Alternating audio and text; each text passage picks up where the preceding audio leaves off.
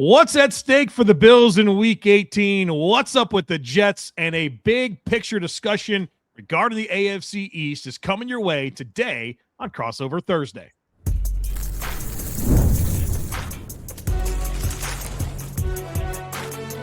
You are Locked On NFL Crossover, part of the Locked On Podcast Network. Your team every day. Happy New Year to you, and welcome into this Crossover Thursday episode of Locked On Bills and Locked On Jets. We're both proud members of the Locked On Podcast Network, the #1 sports podcast network. And, of course, we'd like to issue a big thank you, shout out, and welcome to our everydayers. Those of you who never miss a single episode, we appreciate y'all being here very, very much. Crossover Thursday is presented by Prize Picks. Download the Prize Picks app today and use code LOCKEDONNFL to get $50 in lineups after you play your first $5 lineup. I'm Joe Marino from Locked On Bills. That's John Butchko, the host of Locked On Jets. And we're here to talk Bills versus Jets, but we're also going to talk about the overall status of the AFC East. And we're going to do a super fun division draft to close out the podcast. John, welcome in. And I'm excited to have some fun with you here today on this episode. Joe, I will have a lot of fun with you in this episode, but it has not been a fun time for the New York Jets for the last 15 years, but particularly the last month of the season. Yeah, it's certainly been a choice, right? I mean, you trade away your best players, you're putting a UDFA quarterback out there with receivers that have been on the team for like just a few weeks. A lot of very significant talent is on injured reserve. It's not really about winning games right now for the Jets. It's the big picture piece of this and how they're going to leverage their assets moving forward to have better conversations when we're talking about Week 18 in future years. Absolutely. The Jets will enter this offseason with quite a bit of salary cap space. Most projections have them among the top 5 teams in terms of cap space heading into the offseason. And part of that is they unloaded a couple of big contracts at the deadline, Quinnen Williams and Sauce Gardner. Jets also have 2 first-round picks and 2 second-round picks this year as a result of those trades. And then next year, in the 2027 draft, the team will have 3 first-round picks. So the Jets have a lot of assets, but there's also a lot of work to be done. And while it doesn't matter much now whether the team wins or loses games, except in terms of draft positioning, the way the team has played the last month, even with the low expectations, has been startling. I mean, I'll go give you some of the stats. It's really unbelievable. I think over the last 40 years, the low watermark of the Jets franchise has generally been viewed as Rich Kotite's 2-year tenure from 1995 to 1996. The Jets' current point differential through 16 games is 1 point off from what the Jets did in 1996 under Rich Kotite. The Jets had the worst month of December in terms of point differential in NFL history. And they are the first team since 1972 to lose 4 straight games by 23 points plus. So even with the low standards, and look, this is a team starting a lot of players who don't belong on an NFL field. This team is starting a lot of players who were playing the second half of preseason games in August. But even by those standards, it's been shocking to see what the Jets have done the last 4 weeks. I mean, can I respectfully disagree? When you trade away your best players, when all your good players are on injured reserve, and you're talking about a roster that was lacking to begin with, I don't know. This is kind of what I saw coming once they started to let us know that's the direction here. And so I know there's a lot of conversation out there about Aaron Glenn, and I have questions about Aaron Glenn, but they're not new questions. They're questions that I had earlier in the season when he fired the punt returner, and to me, set a really weird precedent for a team that was, obviously trying to build something. You go out and you get mad at Rich Cimini for breaking news and being extremely rude to reporters in attendance that are asking questions and kind of getting sarcastic and say, well, if you have a question, ask Rich. To me, those are the things about Aaron Glenn that I take exception with. I don't think any head coach can get anything out of this football team right now. I mean, there's not getting a lot out of the team, and then there's doing things that haven't been done in over 50 years in the NFL. So I think, for me, it's about expectations, because we entered this season saying that this was not all going to be about wins and losses for the Jets, is that there was a path where you could feel good about this team, even if the record wasn't great. But I think on the same note, that also means it cuts both ways. All losses are not created equally. And it's not just that they're losing. I mean, it's just how lifeless the team looks. And there are even guys who have decent NFL track records who have regressed this season. I mean, it's not all practice squad players. It just looks like a team that's not capable of doing anything at a functional level in the NFL. And, like I've watched a lot of bad Jets teams through the years. I've watched a lot of rosters that are terrible. I've never seen anything like this performance in the month of December. And I fully acknowledge that expectations are really low and that you can't expect this coaching staff to work miracles, but I can't get over how dreadful it's looked. I mean, there's like, I just think this is like a special type of awful that we've seen the last 4 weeks. And I would not have, if we were having this conversation a month ago, my view would be different, but I mean, it's just been unfathomable how bad they've been. Are you team let Aaron Glenn go? Should we be thinking about that?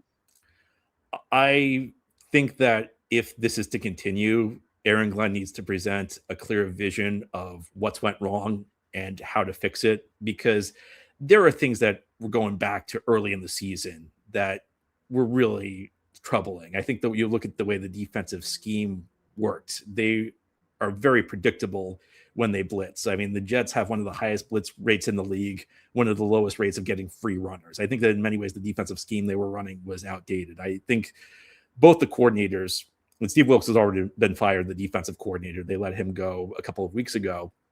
Neither coordinator has looked like the type of coach that maximizes the players that they have. So I think even before the trade deadline, there were real questions about this coaching staff. They started 0-7.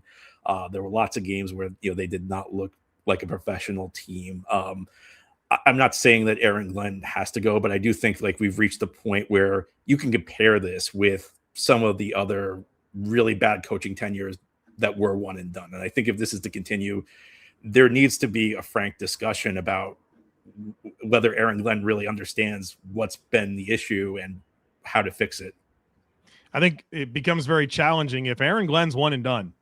I think this has been a challenging position to begin with in terms of attracting candidates. I would be nervous about, what type of coaching talent would be, wanting to come there. I think Aaron Glenn is the legacy coach. Like you look at the Patriots and they had the Gerard Mayo situation and he's one and done. And I supported that. And, Mike Vrabel comes in as the legacy player that comes in and certainly they're looking good. And it feels like the Jets are there. Like there's your legacy player that has that fiery mentality. And like, to me, there's got to be some type of commitment to seeing it through, or else this cycle of not ever being committed to a philosophy is going to result in perpetual disappointment and spinning your tires and never getting anywhere. So it feels like a complicated situation, but I guess the good news is that it's over on Sunday. From the Bills side of things, it's the last game at the stadium. And I don't know if the Jets and Jets fans feel that to the degree of Bills and Bills Mafia, because that's an important building for a lot of years in the community. And obviously the Buffalo Bills are such a big part of Western New York. And saying goodbye to that building will be tough. It's great that across the street's a beautiful new facility.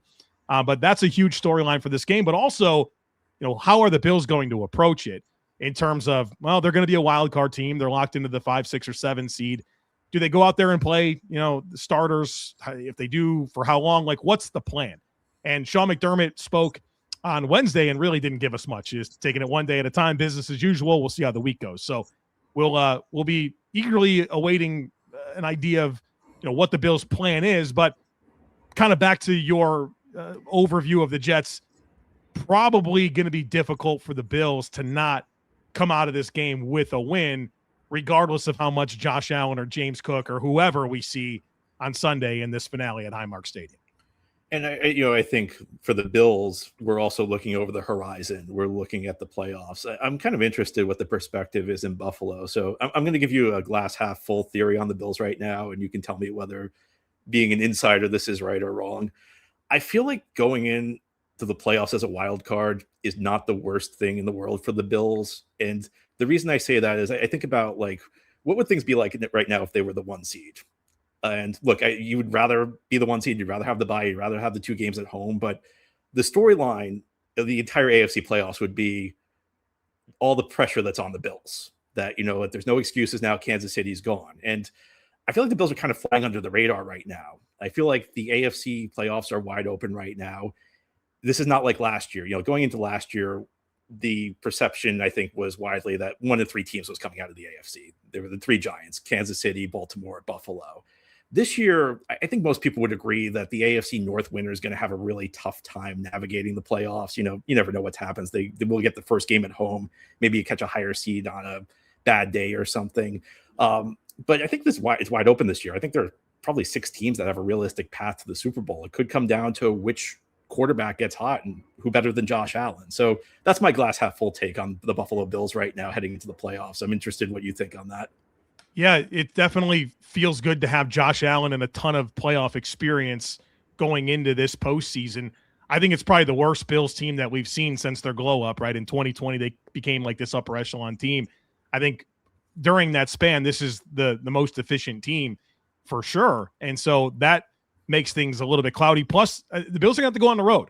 And under Sean McDermott in the playoffs, are 0-5 on the road. As a franchise, the Bills are 4-15 on the road. Now they're going to go win 3 road games, most likely, to get to the Super Bowl. And so while it feels wide open, and you do have Josh Allen and more experience than any other team, it does feel like you have the worst version of the Bills in a while, and you got to go do it all on a road. So I think that's just generally zooming out on the entire playoffs. I think it's going to be really fun. There's no kind of Philly felt inevitable last year. Like you said, Baltimore, Kansas City, Buffalo felt inevitable last year. Nothing feels inevitable this year, and that's why it'll be really fun to kind of see where this all goes. All right, John and I, in our next segment, we want to talk about the AFC East. The Patriots won it this year. What do we think about that? The Dolphins keeping Mike McDaniel? Tua? We'll get into that next. Folks, be sure to stick with us. Nobody knows your money goals better than you. Robinhood puts you in control of your money with tools that work as hard as you do. Locking in on every opening, beating your PR, beating it again, channel that drive into your money. Robinhood puts you in control of your money, trade, stocks, and ETFs, options, futures, and crypto all in one platform. You can now build and execute your own trades from a desktop with Robinhood Legends Advanced Tools, or take advantage of the new Robinhood strategies with a tailored portfolio managed by a team of experts. You expect more from yourself, expect more from your money. Get started today at Robinhood.com/yourmoney. Again, that's Robinhood.com/yourmoney. Your money, your move. All right, welcome back, everybody. John Butchko of Locked On Jets, Joe Marino from Locked On Bills. We're going to talk a little AFC East here in this segment, and then stick with us. The segment 3 is going to be fun. John and I are going to do a division draft building an AFC East lineup out of only, AFC East players. So that'll be fun here in segment 3. But before we get there, let's talk about this AFC East. And John, the Bills' 5-year reign on top of this thing is over. The Patriots win the division this year. And, obviously that's a disappointing thing for the Bills and Bills Mafia. But as the Jets guy, what's the outlook here? Your thoughts on this Patriots glow up? Are they a real contender? Where you at? Well, I think that the Jets' perspective is probably similar to the Bills and Dolphins' perspective. We were hoping after the Patriots dominated the division for the better part of 2 decades that maybe they'd spend some time in the cellar of the division. And for a couple of years, that's how it looked. I'll be honest with you, and maybe this is my bias. I thought the Patriots would be the disappointing team of the season. There's always that one team that gets hyped up before the year. They make all the flashy offseason moves, and they never quite deliver. Jets fans know this well because frequently it's the Jets. Been very impressive. And, I think more than anything, it shows you that just when you think that you have the NFL figured out, something happens that you aren't expecting. I remember, I think it was back in August, we did a show with all 4 AFC East hosts, and I'm pretty sure it was unanimous that the only way the Bills would not win the division is if something happened to Josh Allen. I think you always look at the quarterback head coach combo, and Patriots, obviously Drake Maye playing at a super high level, and Mike Vrabel has come in and served to be a big upgrade over Gerard Mayo. And, I think a lot of Jets fans have looked at the Gerard Mayo model where Mayo was a former player, Aaron Glenn's a former player, maybe Glenn should be one and done. As you mentioned in the first segment, I think the one challenge with if you get rid of Aaron Glenn is there's no Mike Vrabel out there right now for the Jets. It's been a really impressive run for the Patriots. Now, I think the question is, how do they handle the postseason? We were talking a little bit in the first segment about the Bills and the AFC playoff race. the thing about the playoffs this year in the AFC, there are 6 teams that I think have a realistic path to the Super Bowl, but really the only 2 teams that are battle tested in the playoffs are Buffalo and to a lesser extent Houston, who have at least won a playoff game the last 2 seasons. So playoffs are, a different test. The Patriots had a great season. I don't think you can take away anything from what they've done. I think they will look back on 2025 as a success, but things only get harder from here. And, I think you look next year, there's a question, can you sustain it? I think that's one of the things that sets the great teams in this league apart from the teams that aren't. You see a lot that some teams like catch lightning in a bottle for a year, but that next year, they can't quite capture the same magic. Maybe some guys get egos. They want bigger roles on the team. Sometimes the schedule is just tougher. I think that, we don't know the staying power the Patriots have. Now, I like their chances with Drake Maye the way he's playing, but I think what New England's done is very impressive, but the question is, first of all, can they carry this through the playoffs? And second of all, next year, can they maintain this level of play, or do they fall back to being like a 9-10 win wildcard team? Yeah, I think you make a great point there, John, and do it again. That's definitely a big test for so many teams, and we see that go so many different ways. And obviously Drake Maye looks really good, man. Like that, the do it again, you're looking at Drake Maye and maybe an infrastructure that's not even quite ideal for him, where I think there are some opportunities with the offensive line, running back depth, even at receiver, where I think that there's opportunities to get better. And they have quite a bit at their disposal in terms of resources. And certainly on the defensive side of the football, they can get more dynamic with their edge rusher. They probably need another linebacker. And so they got a lot of resources to get those things taken care of. And, Mike Vrabel is a coach that's been a winner in the league. It's not like, he's never had to deliver counter punches before. He's done that, right? So I think they have a good chance to be around for a while. We want to see it for sure. But they got a good thing going. And I think they were the rightful champion this year. It's painful to say that. But ultimately they didn't blow it. That's what it comes down to. They did take advantage of a last place schedule. I'll point this out. While the Bills were playing the Eagles, they were playing the Giants. While the Bills were playing the Texans, they were playing the Titans. While the Bills were playing the Chiefs, they were playing the Raiders, right? Like those are meaningful things. But they didn't blow it. The Bills did. They blew a game to Atlanta. They lost to Miami 30-13. They couldn't get it done. Josh Allen couldn't make the throw against Philly. They couldn't get it done against Houston. So for as much as you want to point to, well, maybe they did have a favorable path, ultimately the Bills had their opportunity to stay on top. They couldn't win the games necessary. And so, I kind of, my message to Bills Mafia is don't be mad at the Patriots, be mad at the Bills. They're the team that couldn't close out games that they needed to close out, including a game-winning drive to Drake Maye in Buffalo, his only game-winning drive of his career. You gave that to him. And so, that's where my mind goes. And so to me, they win it this year, but it's this year. And there's a part of me that hopes the Bills get a chance to play them in the postseason, because it's one thing to, win the division, but if someone in your division bounces you in the playoffs, well, I think those bragging rights are a little better. Absolutely. And I will say one thing that impressed me with New England, and I mentioned this last week, the Jets played the Patriots, so I did the crossover show with Nick Cattles of Locked On Patriots. I thought they had a great response to the game that they lost against the Buffalo Bills. They went down to Baltimore and had a comeback win on Sunday Night Football. And that was I think that's one of the early signs, one of the early tests, because I think when you're a new team and you get on a little bit of a roll, that's a great time in the NFL. Yeah. And it feels like nothing can go wrong. Big game against Buffalo. They jump out to the big lead. The Bills come back. And I had a big question about, would that be the sort of thing that would send them on a downward spiral? And I thought they had a big gut check win the next week, which was really significant, because if they lose that game to Baltimore, I mean, they're going to beat the Jets in week 17, but I think that there would be a lot of questions about this team entering the playoffs. I think that win against the Ravens kind of quieted what would have been some of the issues that would be swirling around the team. Is Drake Maye the MVP? I think he should be. I think he would get my vote. Is it for you? Is it a Stafford Maye conversation? Yeah, and I think that the way I don't think you should judge it solely based on the way players finish, because it is an 18-week season with 17 games. But I think that the way the Rams finished, that loss to Atlanta is stuck in my head right now for the Rams. So I think those would be the top two. But at this point, I think I'd probably go Maye. It's going to be tough to say that the quarterback of a 6 seed, right, is going to be the NFL MVP. Everybody was ready to crown them, right? The Rams, man, they're going to win the Super Bowl. And then they played the next 5 weeks and went 2-3 or whatever. And it really kind of felt like it tossed a wet blanket over that situation. So I think it's probably going to be Drake Maye at 23 years old. But maybe there's a legacy component to Stafford. We'll see how the voters go. I mean, last year Josh Allen won it, but Lamar was the first team All-Pro. So we'll be eagerly awaiting where that lands. Let's talk a little bit about Miami. Chris Greer gone at general manager. It feels like Tua's on the way out. It doesn't necessarily feel like Mike McDaniel's for sure going to be gone. Where are you at on Miami? Like, what's your outlook on them?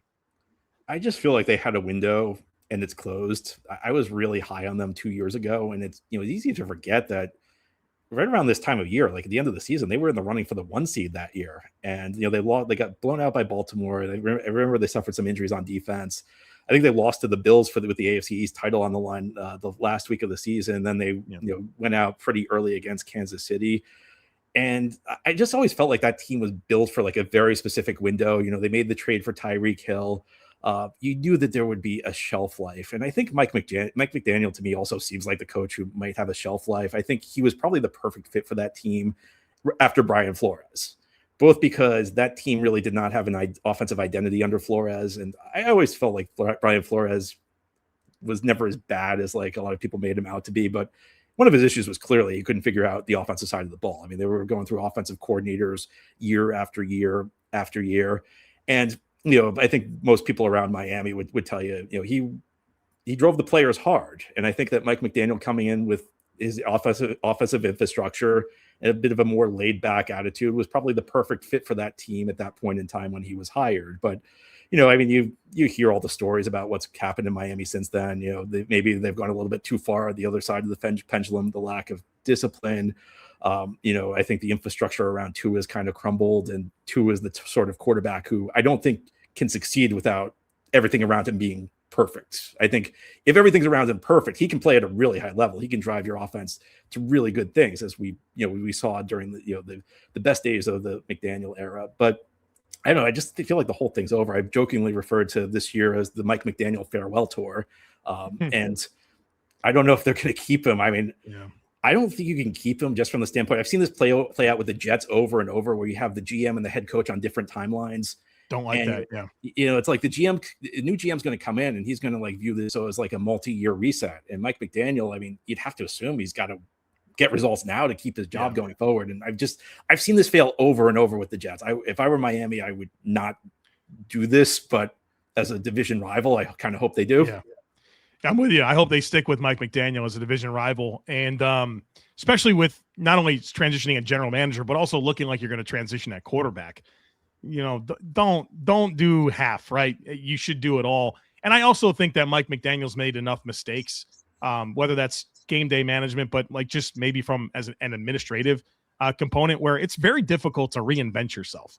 And I just don't know if it's going to happen in Miami. So as a rival fan, keep McDaniel. But if I'm thinking, just with my brain, I feel like they should probably just flush it and go in a new direction. All right, coming up next, the division draft that we promised. This should be a lot of fun. So, folks, be sure to stick with us. This episode is brought to you by Prize Picks. Whether you're starting a new routine or jumping into player projections for the first time, trying something new can feel like a challenge. But with Prize Picks, it's always good to be right. With high-pressure football matchups every weekend and elite hoops action almost every night, the action never slows down, and Prize Picks lets you stay in control. Prize Picks is the daily fantasy app that makes watching sports even more exciting by letting you build lineups based on player projections. No drafts, no waiting. Just pick more or less and play your way. Getting started on Prize Picks is simple. The app is super easy to navigate. It's going to make watching games more exciting, especially when you're following individual player performances, and you're going to love the new early payouts feature. It's a game changer. If a player starts hot, you can cash out before the game ends. So download the Prize Picks app today and use code LOCKEDONNFL to get $50 in lineups after you play your first $5 lineup. That's code LOCKEDONNFL to get $50 in lineups after you play your first $5 lineup. Prize Picks. It's good to be right. All right, John Butchko, let's have some fun here. We're going to do a draft is what we're going to do. And so I'm going to build a team. John's going to build a team. We're going to pick a quarterback, running back, 2 receivers, a flex player offensively, can be whatever you want, a tight end, an offensive line unit, a defensive line unit, a linebacker unit, secondary unit, and we'll see where this goes, see who gets picked, see who doesn't get picked. And I think as I'm kind of the host today as the home team, John, your honors to go first. All right. Well, I'm going to pick Josh Allen to start. So I'm going to rob you of the chance to have Josh Allen. For once, I'm going to have Josh Allen on my team. And Joe, I was thinking about getting really cute with this and playing the whole angle, Drake Maye, 6 to 7 years younger on a rookie contract. But it's best to not overthink this. Josh Allen right now, I think, is the best quarterback in the NFL. I think if you put a decent roster around him, you have a chance to to go to the Super Bowl. As we discussed a little bit earlier, it applies to the Patriots. It also applies to Drake Maye. I think he will stay at the top of the league.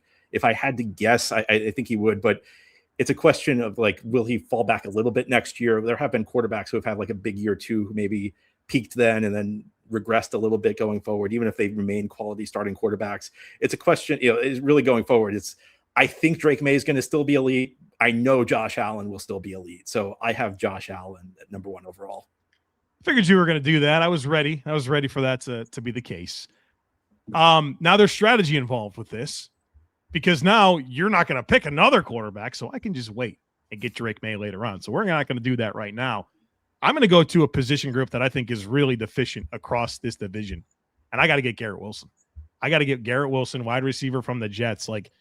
Filling out these receiver cores is going to be challenging. And I know this year, obviously not for Garrett Wilson ideal with the new system and the quarterbacks. He's a good football player. And there's a reason they didn't trade him. I'm happy to get him as my wide receiver 1. All right. Well, with that in mind, I'm going to go grab Jalen Waddle then to make sure I'm not locked out of the wide receiver room. Cause that's really, it really becomes slim pickings after Jalen Waddle. Cause I don't want to if I'm building a team, I don't want Stephon Diggs and I don't want Tyreek Hill. So Waddle's really the only premium receiver left. So I'm going to take him with my second pick. Yeah. I think that's a smart move by you because I was picking Jalen Waddle next if you did not. So now I have the chance to go first at a position, and I'm going to go with James Cook at running back. I think there's some other good players here in Devon Achane and Travion Henderson, but I think the diversity of James Cook with his ability to run so many different schemes, the big play potential, it's all there. I think James is he's probably going to win the rushing title this year, and he stands out to me as a running back I got to have. All right, I'm going to pick Devon Achane. I don't want to say this in a way that's disrespectful to Breece Hall, but I think in a lot of ways, I view Achane as the player Jets fans wish Breece Hall was. And I think Breece Hall's a really good player. But again, I had my eye on 2 backs. It was James Cook or Devon Achane. I wanted to make sure I got one of the 2. So with you picking James Cook, I'm going to grab Achane right now. That's strong choice there. I was thinking about him as a flex player, excuse me, for my team. I'm going to go to the offensive line here. I'm going to get the Bills' offensive line. I feel like they stand out in this group. I know the Jets have a lot of really good young players there. I would think a lot about the Jets, but I have a very established group with the Bills, really good tackle tandem, really good center. We're going to go ahead and secure the Bills' O-line. I was about to take the Bills' offensive line, so good pick, I think. I'm gonna go with New England's offensive line. This is gonna get me a lot of hate from the Jets fan base because we Jets fans, we love our bookend tackles, Olu Fashanu and Armand Membu. But I don't think the line's completely built yet. I think you have some questions on the interior going forward. You still have a really talented young guy in Campbell in New England's offensive line. I've always been a big fan of Michael Wenu. He was a guy I wanted the Jets to sign when he was a free agent.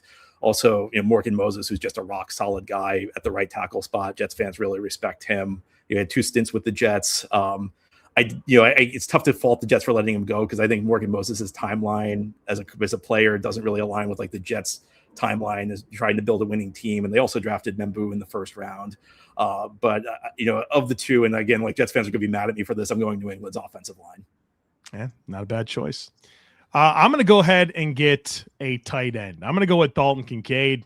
I've already have more Bills than I thought I would because I thought I was going to go Jalen Waddle with my second pick. We're going to go Dalton Kincaid. Obviously, injuries have been the issue there, but my goodness, when he's on the field, he's really special. The Bills' splits with and without Kincaid this year are pretty significant, and the skill set as a pass catcher is really dynamic. So we're going to go ahead and get that piece to add to James Cook and Garrett Wilson as part of our weapons. All right, well, I'll match you tight end for tight end because I pretty much it was a toss-up for me between Kincaid and Hunter Henry, and the real difference here, as I said earlier that, I almost went Drake Maye because he's young, but I felt like Josh Allen had so much over Maye that I couldn't justify Maye. For me, the difference between Kincaid and Henry really was age. I leaned towards Kincaid just because he's a little bit younger, but I think Hunter Henry has developed into a really solid all-around tight end. So he's my next pick. All right. I was thinking about adding him for a 12 personnel in my flex, but that's no longer on the board. I think I'm going to go Khalil Shakir with my next pick. I need another receiver here. Really dynamic yards after catch player. I think there's a lot more to his game than maybe the Bills give him a chance to do. Some more down the field, middle of the field type work. But I think he's one of the best yards after catch players in the league. There's a toughness component. He blocks. We'll add him to be our wide receiver too. Am I only allowed one quarterback? Because I feel like we're at the point where you're getting a little too cute by not picking Drake Maye. So maybe I would say that you're. Am I allowed to grab him as my backup right now? You're missing an opportunity. If I pick a tight end, you should not pick a tight end. When I picked a running back, you should have waited on the running back. I would say that was maybe a strategy. But you could pick them as the flex. So I could. You're right. I could. I'm going to go to the New England secondary. I really think they have a lot of good pieces there. Christian Gonzalez, Carlton Davis. I like their safeties. I think that of the defensive units in this division, that's probably my favorite. So I'm going to start building my defense out. All right. I'm going to get a linebacker core. I'm going to go with the Dolphins linebackers. I think Jordan Brooks is the best linebacker in the division.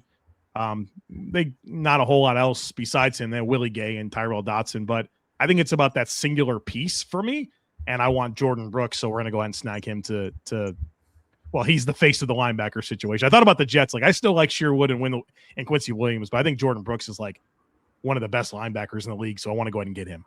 All right, I'm going to take Breece Hall as my flex. And, when everything I said about H.N., that's not a knock on Breece Hall. I think Breece Hall is, if he's used correctly, if he's your third or fourth option on offense and you use him as a guy who gets the ball in space and you use him to try and produce explosive plays, he's a guy who could be really dynamic. I think the Jets have misused him this year. They've kind of viewed him as a volume runner between the tackles rather than a guy you try and get outside and a guy you utilize in the passing game. But I'm going to hire a better offensive coordinator than the Jets have, and we're going to get more out of him. I like that a lot, especially with H.N. as your running back. You could put Hall as your running back and H.N. as your flex. Have a lot of versatility there. So I love that. Okay. I have a chance to pick the first defensive line. I'm stuck between the Bills or the Patriots when it comes to D-line. If they're healthy, you get Milton Williams if you're the Patriots. But you also get Ed Oliver if you're the Bills. I think I'm going to go with the Bills defensive line. Rousseau, Ed Oliver, Daquan Jones, Joey Bosa, some young players in TJ Sanders and Deion Walker. I think they have a little bit more depth where maybe the high end of Barmore, Williams is nice. I like the depth that I get with the Bills D-line. The only other option then for me is to take the Patriots defensive line. I mean, I think on paper you can make a case for the Jets. Will McDonald had 10.5 sacks last year, 8 sacks this season. Jermaine Johnson went to a Pro Bowl 2 years ago. Defensive tackles, Harrison Phillips has been a solid player for a long time. Jawan Briggs is developing, but the Jets have not gotten great play out of the two defensive ends this year. McDonald has 8 sacks, but 6 of the 8 sacks came in 2 games. There have been a lot of games where he's just disappeared. He has 7 games with either 0 or 1 tackles. And Jermaine Johnson hasn't looked the same player off the Achilles injury. So I'm going New England's defensive line. I think you mentioned the rationale for them. So that'll be my pick on the D-line. Want to give me a flex player here offensively? We're going to go TreVeyon Henderson from the New England Patriots, a speed running back. We got James Cook and TreVeyon Henderson. One of those is going to play a little bit in the slot. I'll tell you that. So little pony backfield here situation with what we're building in Henderson and Cook. And I think Henderson's got a good chance to be is there an all rookie team? If there is, I think he's got a good chance to be the running back. All right, I'm going to go Jets linebackers. It's not been a great year for the Jets linebackers, so this is more reputation. Quincy Williams has had a really rough year. I think part of it might be just being in the new system. I think part of it might be just everything that's going wrong around him on the Jets defense. But Quincy Williams does have a first-team All-Pro nod 2 years ago. Jamie Sherwood's had kind of a disappointing year off a new contract, but I think of late his play has gotten better. He's been really solid against the run. So I think that's where I'm going linebacker. I'll take the Bills secondary. You get Christian Benford, who's a stud. Cole Bishop's a good-looking young safety. Max Harrison is a first-round pick that, since he's been healthy, has come in and played really well. Some younger pieces as well, but that's kind of what you're pointing to. And I think Benford's one of the best corners in the league, and I love the potential of Harrison. So that'll be our choice here for secondary, with you already picking the Patriots. I think I only have a receiver spot to fill, and this becomes tough. Because, again, I'm not picking Stephon Diggs, and I'm not picking Tyreek Hill. So I guess I'm going to go Kayshon Boutte, who, a young guy. He's got 6 touchdowns this year. Maybe there's a little bit meat off the bone in terms of development. I don't love my options here, but I have to pick a second receiver, and so that's where I'm going. All right, and of course I take Drake Maye to be my quarterback. So Mr. Irrelevant, Mr. Irrelevant, yeah, here the NFL MVP, right? All right, so I'll give you the 2 rosters that were built in the YouTube channels. Let us know which one you like better. John Butchko has assembled this: quarterback Josh Allen, running back Devon Achane, wide receiver Jalen Waddle, wide receiver Kayshon Boutte, flex player Breece Hall, tight end Hunter Henry, Patriots offensive line, Patriots defensive line, Jets linebackers, and Patriots secondary. I have Drake Maye at quarterback, James Cook at running back, Garrett Wilson at receiver, Khalil Shakir is another receiver, flex player Travion Henderson, tight end Dalton Kincaid, Bills O-line, Bills D-line, Dolphins linebackers, and Bills secondary.